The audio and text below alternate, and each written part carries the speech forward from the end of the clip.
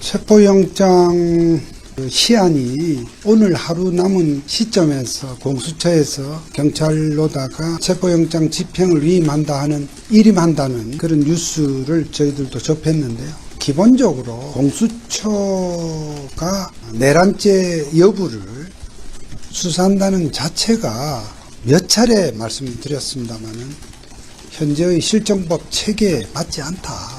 불법한 수사이니만큼 체포영장 청구도 불법하고 서부지방법원에서 발부를 했습니다만 그 영장은 저희들로서는 효력을 인정할 수 없는 영장이다 하는 점을 견지해 오고 있습니다. 그러한 상태에서 공수처가 그 집행을 경찰로다가 떠넘긴 것은 첫 번째는 불법하고 영장의 효력이 문제될 수 있다는 이러한 점에 대한 자인의 의미가 있다는 것이 첫 번째고요. 경찰 역시 그러한 하자 있는 영장을 가지고 체포 집행에 나설 수는 없을 것이다 이렇게 보고 있습니다. 뿐만 아니라 그 영장의 불법 무효성과 또 별개의 문제로서 공수처가 경찰에다가 이 신병 구속, 인신 체포 구속에 관한 영장의 집행을 이렇게 지시할 수 있느냐는 건 또 다른 법적인 논란거리입니다. 결론적으로 말하면 그렇게 할 수 없다는 것이 저희 변호인단의 판단입니다. 현재 형사소송법과 공수처법의 체계상 맞지 않다는 것입니다. 적법 유효한 영장을 받았다고 하면 그건 공수처의 인력으로 집행을 해야 합니다. 사법경찰 관리에 해당하는 수사관들이 해야 되는 것이지 경찰에다 그것을 맡길 수 없습니다. 경찰로서도 일반 검찰로부터 그러한 지휘를 안 받겠다고 그렇게 오랫동안 몸부림을 쳐서 지금 현재 검찰과 경찰 간의 업무 배분이 되어 있는 실정입니다. 경찰이 공수처의 말을 듣겠습니까?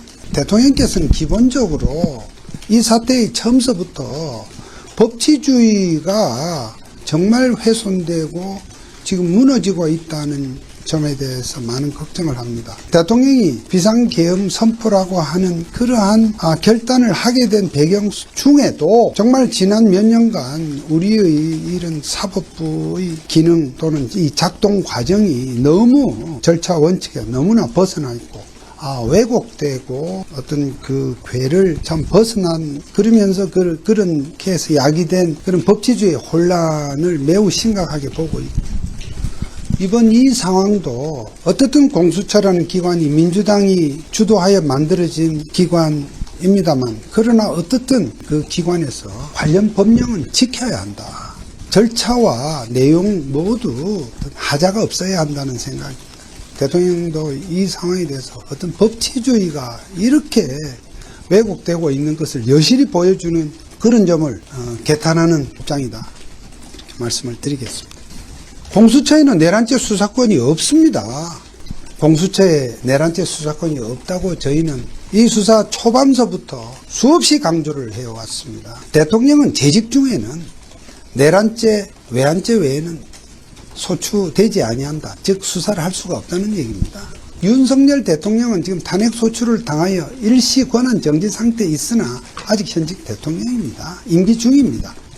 이런 대통령에 대해서 직권남용죄로 수사할 수 있다고 하면 역대 대통령 시민단체에서 직권남용으로 고발되고 하면 그럼 대통령 계속 형사입건 대상이고 수사기관에서 부르면 가야 되겠습니까?